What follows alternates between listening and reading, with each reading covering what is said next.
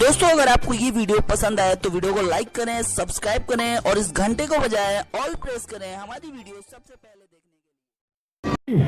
आखी टाइगर ની સેના એની સાથે છે સાહેબ, અને હું ખાતરી આપું છું કે છેતરભાઈ ને વધારે સમય જેલમાં નહીં રહેવા દઈએ।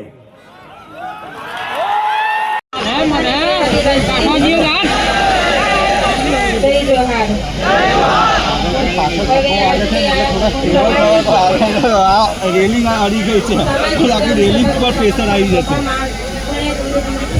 રાજસ્થાન, મધ્યપ્રદેશ, મહારાષ્ટ્ર, ગુજરાત, ઘણી મોટી સંખ્યામાં આજે તમે વધાર્યા છો। તમારા બધાનો મારા પરિવાર વતી તમારો બધાનો આભાર માનું છું। આજે જ્યારે હું એકલી છું, તમે બધા મારો હાથ મજબૂત કરવા માટે આજે મારી સાથે આવીને ઊભા રહ્યા છો।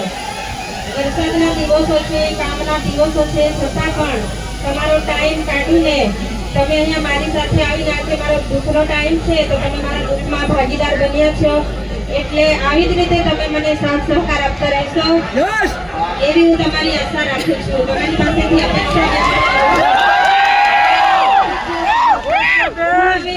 એકલી છું, મારો પરિવાર જેલમાં છે અને મારે ઘરે બાળકો પણ છે, છતાં પણ તમે બધા મને સાથ સહકાર આપો છો એટલે હું હિંમત રાખું છું।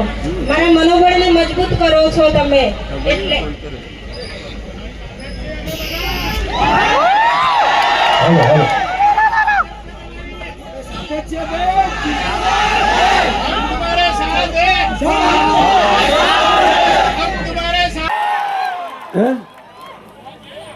છેતરભાઈ ને વધારે સમય જેલમાં નહીં રહેવા દઈએ।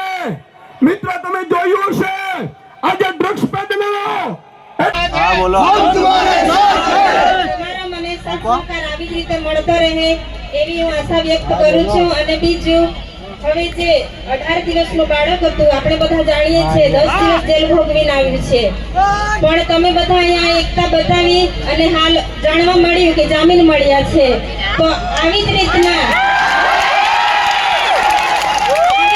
બીજા અન્ય લોકો પણ છે, આપણા ધારાસભ્ય પણ છે, એ લોકોને પણ આપણે આવી રીતે બહાર લાવવાના છે ટૂંક સમયમાં। એટલે જ્યાં સુધી ન્યાય ના મળે ત્યાં સુધી આપણે આપણી લડત ચાલુ રાખવાની છે। એટલે તમે ન્યાયની લડતમાં મારી સાથે રહેશો અને મારા પરિવારને સાથ સહકાર આપશો એવી હું આશા રાખું છું।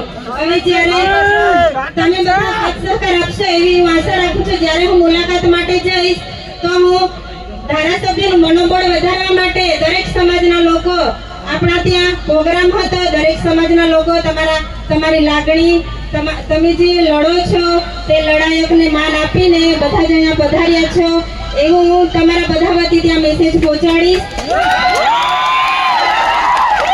અને જલ્દીથી જલ્દી ન્યાય મળે એવી આપણે બધા આશા રાખીએ। હવે અંબાજીથી ઉમરગામથી પણ રહ્યા છો, એટલે જ્યાં પણ લોકોને જરૂર પડી છે ત્યાં ધારાસભ્ય પોતાના પરિવારની ચિંતા કર્યા વગર, જેલોની ચિંતા કર્યા વગર હર હંમેશા આગળ આવીને ઉભા રહે છે। એટલે આજે તમે બધાએ તાકાત બતાવી છે, એટલે આવી જ રીતે તાકાત બતાવજો, મારું પણ મનોબળ મજબૂત કરજો, એટલે જે જેલમાં છે એમનું પણ મનોબળ મજબૂત થશે કે ના ખરેખર અમે જેલમાં છે છતાં પણ લોકો બધા અમારી સાથે છે, સાથ સહકાર આપે છે,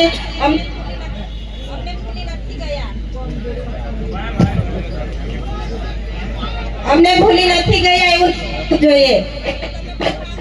સાથે રહીજો, સાથ સહકાર આપજો એવી હું આશા વ્યક્ત કરું છું।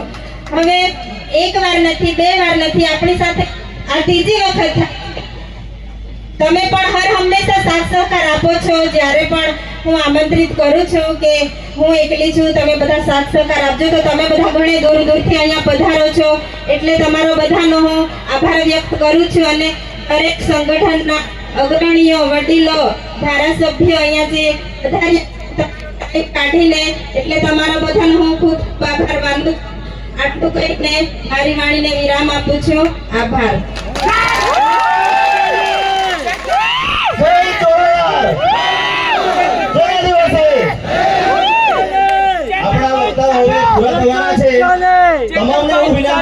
ખૂબ મોટી સંખ્યાની અંદર આવેલા છે, આપણે એકતા બતાવેલી છે અને જન સમર્થન પણ બતાવ્યું છે। આપણે ટૂંક સમયની અંદર રેલી સ્વરૂપે આપણે